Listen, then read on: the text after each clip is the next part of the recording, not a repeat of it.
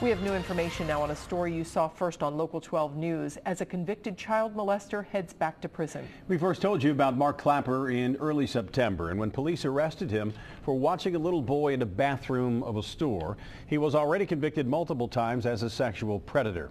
Local 12's Rich Jaffe joins us from the newsroom with what a parole board decided at a hearing today. Rich?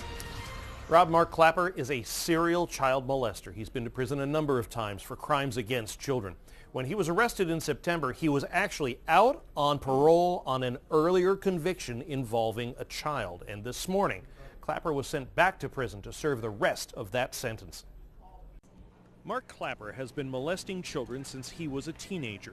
Today, following a series of stories and an investigation by Local 12 News, he is headed back to prison for 233 days, the remainder of his current prison sentence.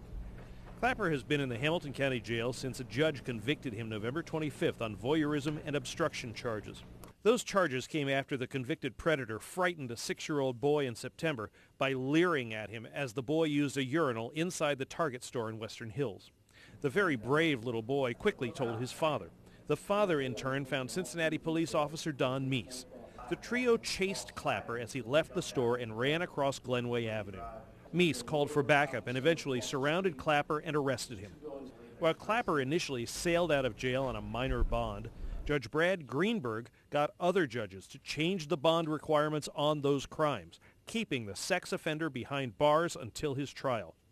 Convicted on the charges, Klapper only had a few days left to serve in jail, but was held after we notified the parole board he was one of theirs. His parole hearing this morning sent Mark Klapper back for the maximum time and, in addition, hit him with additional sanctions requiring him to have no contact with juveniles. The sad part of this is judging from his past performance. Once Mark Klapper gets out, you can bet we will see him again.